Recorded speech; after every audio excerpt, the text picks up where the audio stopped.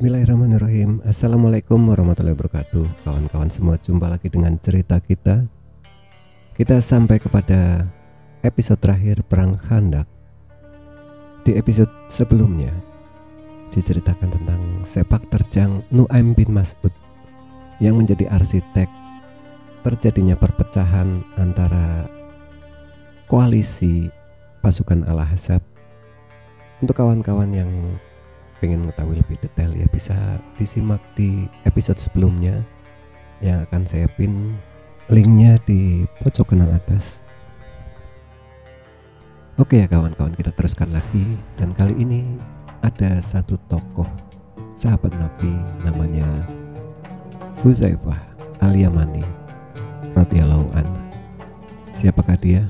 Dia adalah seorang agen intelijen yang tentunya kita tahu ya bahwa seorang panglima perang seperti Rasulullah itu mempunyai orang-orang yang bisa dipercaya, dan salah satunya adalah Hudzaifah Al-Yamani ini ya, yang dia mendapat gelar juga pemegang rahasia Rasulullah. Itu adalah salah satu keistimewaan dari sahabat Hudzaifah radhiyallahu anhu.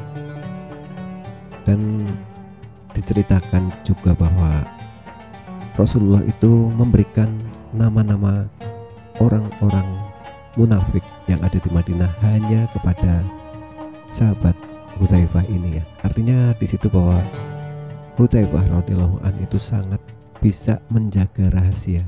Dan apabila nama-nama munafikun itu bocor, tentunya akan menimbulkan keresahan yang amat sangat ya.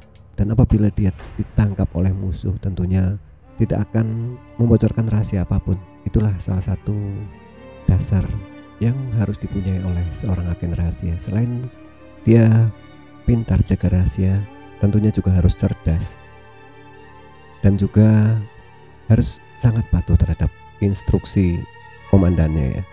Dan ini ditunjukkan oleh sahabat Hudzaifah radhiyallahu anhu. Jadi sampai waktu terakhir perang Khandaq itu, perang pun masih berlanjut.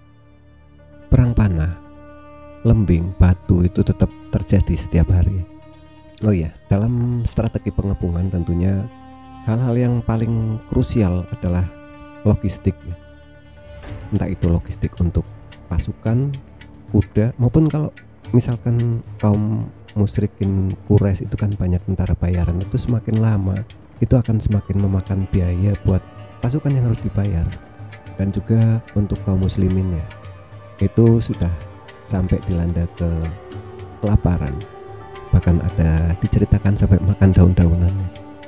Nah pada suatu malam setelah perang di sore harinya ya, itu musim dingin, angin bertiup kencang dan udara sangat dingin. Dan juga instruksi Rasulullah itu tidak boleh menyalakan api, karena apabila menyalakan api dikhawatirkan musuh akan mengetahui posisi kaum muslimin dan kemudian menembaknya dengan panah, sehingga pasukan yang berjaga di seberang parit itu tidak menyalakan perapian. Nah pada malam itu Rasulullah bertanya kepada umatnya, siapa yang akan pergi dan mengumpulkan informasi tentang musuh? Namun tidak ada seorang pun yang berdiri untuk meresponnya. Dan kemudian Rasulullah pun bertanya lagi, siapa yang akan pergi mengumpulkan informasi tentang musuh? Allah akan menjadikannya sebagai pendampingku di hari kiamat. Reaksi mereka, para orang-orang yang berada di dekat Rasulullah itu pun masih diam saja, karena mungkin memang pada malam itu tuh sangat dingin sekali dan lapar juga.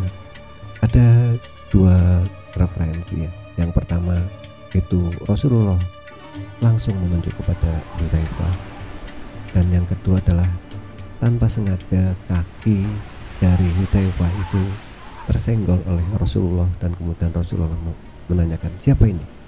Kemudian Hudzaifah pun menjawab, aku Hudzaifah ya Rasulullah. Dan kemudian Rasulullah pun menyuruh Hudzaifah untuk bangkit.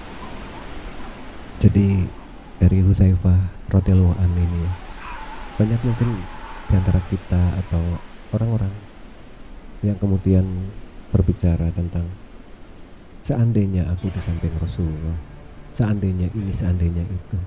Akan tetapi kenyataan menunjukkan bahwa dikisahkan pada saat itu pun tanpa mengecilkan sahabat-sahabat, penderitaan yang dialami oleh para sahabat dan pasukan muslimin di perang Khandaq ini sedemikian besarnya, sehingga pada waktu Rasulullah mengatakan bahwa siapa yang bangkit untuk mencari informasi tentang musuh akan menjadi pendampingnya di hari kiamat, itu pun pada waktu itu orang-orang masih diam.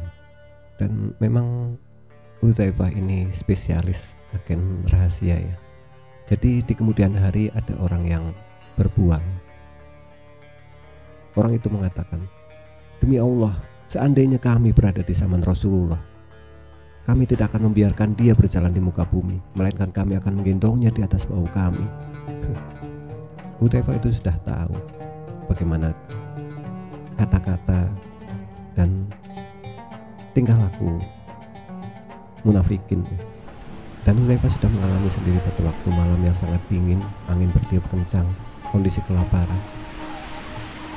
Ketika Rasulullah menginstruksikan untuk mencari informasi ke musuh pun, orang-orang di dekat Rasulullah diam, apalagi orang yang hanya berbual seperti itu.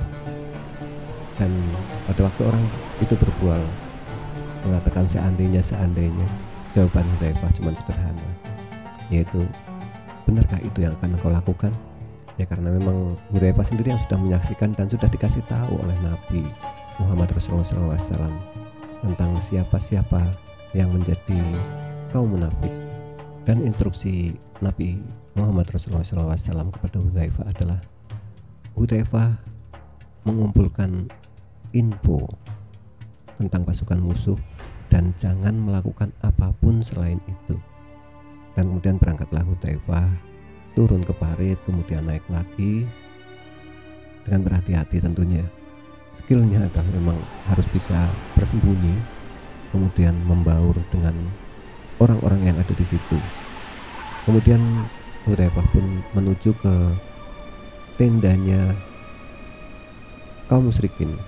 Dan karena memang postur tubuhnya Hudzaifah itu postur tubuh orang Mekah dan tidak ada ciri-ciri yang mencolok. Nah, ini adalah suatu kecerdasan juga sebagai seorang agen, tentunya harus berbaur, bisa berbaur dan menyamar. Dan kemudian Hudzaifah pun menuju ke pusatnya perkemahan, dan kemudian sampailah ke perapian tempat orang-orang berkumpul. Dan di situ ada Abu Sufyan bin Harb, pemimpin musyrikin kafir Quraisy. Hudzaifah pun semakin mendekati posisi dari Abu Sufyan karena memang harus mendengar apa yang akan disampaikan oleh Abu Sufyan ini. Dan sampailah ke posisi yang dekat dengan Abu Sufyan, dan kemudian terdengarlah suara Abu Sufyan, "Hei pasukan Quraisy, dengarkan aku bicara kepada kamu sekalian. Tapi aku sangat khawatir seandainya pembicaraanku ini bocor dan sampai terdengar oleh Muhammad. Karena itu telitilah lebih dahulu setiap orang yang berada di samping masing-masing dari kalian."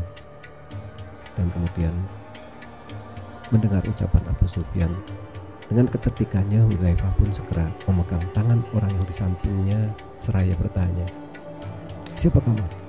Kemudian yang dipegang oleh Hudzaifah pun menjawab, "Aku si Fulan dan anak si Fulan." Sebelum si yang ditanyain itu menanyakan balik, Hudzaifah kemudian memegang tangan yang di sampingnya lagi, "Siapa kamu?" Kemudian pun yang sebelahnya lagi menjawab, "Aku si Fulan, anak dari si Fulan." Dan tentunya pada waktu itu ketika orang yang mengambil inisiatif untuk menanyakan dan orang yang ditanyakan tentunya akan mengira bahwa wah, ini kayaknya seorang pembesar. Jadinya Hudzaifah tidak sempat ditanya oleh siapapun karena dia bertanya lebih dulu. Itulah kecerdikannya, salah satu kecerdikannya. Dan setelah proses identifikasi orang yang berkumpul di situ, dan di situ Hudzaifah lolos dengan kecepatan berpikir, kecepatan bertindak dan kecerdasannya. Kemudian Abu Sufyan pun mulai pembicaraannya kepada pasukannya. Dan di situ ternyata efek dari perpecahan yang ditimbulkan oleh Nu'aim bin Mas'ud sebelumnya itu sudah mulai terasakan sangat hebat ya, sehingga itu Abu Sufyan, pasukan kafir Quraisy itu terkena mental.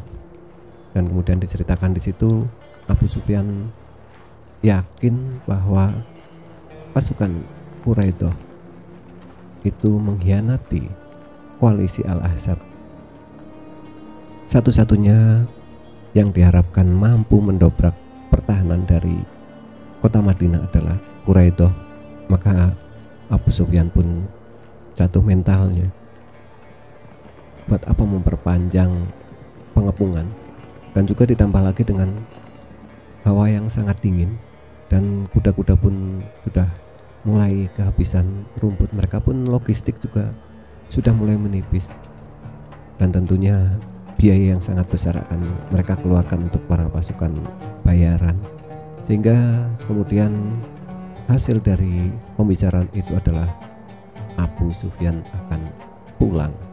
Karena Abu Sufyan sendiri pun bukan orang yang bodoh ya, jadi sudah tahu bahwa kemenangan itu jauh api dari panggang. Dan juga pasukan Abu Sufyan sudah merasakan bagaimana angin dan hawa dingin yang menusuk tulang itu menyerang mereka. Itu juga salah satu yang menjadi pertimbangan Abu Sufyan, bahwa apabila berlama-lama maka mental pasukan juga akan turun, dan tentunya tidak ada kemenangan yang bakal didapat.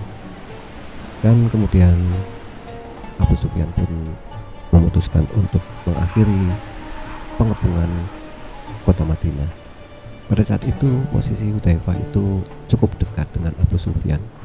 Apabila Hudzaifah itu menyerang Abu Sufyan, niscaya Hudzaifah bisa berhasil membunuh Abu Sufyan, karena Abu Sufyan pada saat itu merasa aman, tidak ada musuh di dekatnya.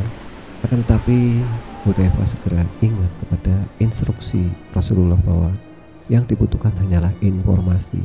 Dan tentunya seperti itulah ya, Hudzaifah memegang instruksi yang harus dilakukan. Dan pada saat itu yang paling dekat adalah suku Bani Amir yang berteriak pada pasukannya, "Wahai keluarga Amir, mundur, kalian tidak bisa tetap di sini, angin bertiup kencang." Dan itulah yang didengar oleh Hudzaifah ya. Jadi memang sudah positif pasukan koalisi itu mundur. Dan setelah peristiwa itu Hudzaifah memutuskan untuk kembali kepada Rasulullah, karena sudah dirasa cukup dalam hal informasi tentang pasukan Al-Ahzab.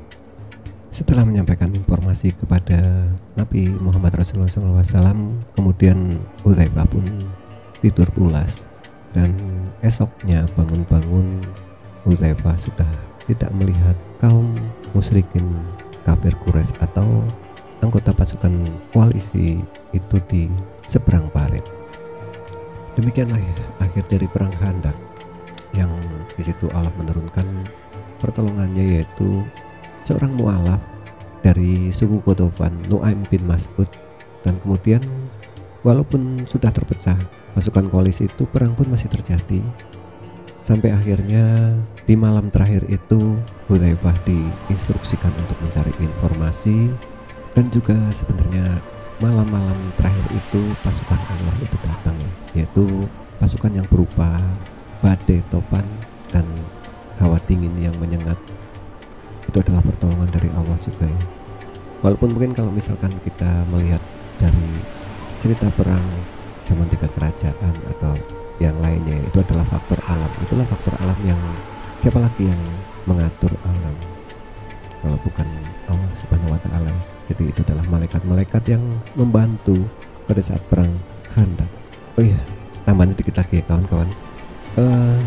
Jadi pada saat setelah selesai perang Khandaq ini, ternyata perang berlanjut, yaitu perjalanan untuk menyerang Bani Quraidah yang termasuk dalam koalisi Al-Ahzab yang berada di dalam Madinah. Tapi cerita tentang perang Quraidah itu nanti akan saya lanjutkan di part selanjutnya ya. Untuk part ini saya cukupkan sekian dulu. Apabila ada kesalahan dan kekurangan dari referensi saya atau cara penyampaian saya mohon maaf yang sebesar-besarnya, karena hanya Allah Subhanahu wa Ta'ala pemilik kebenaran sejati. Wallahu a'lam bishawab. Dan kita jumpa lagi minggu depannya kawan-kawan. Akhirul kalam. Wassalamualaikum warahmatullahi wabarakatuh.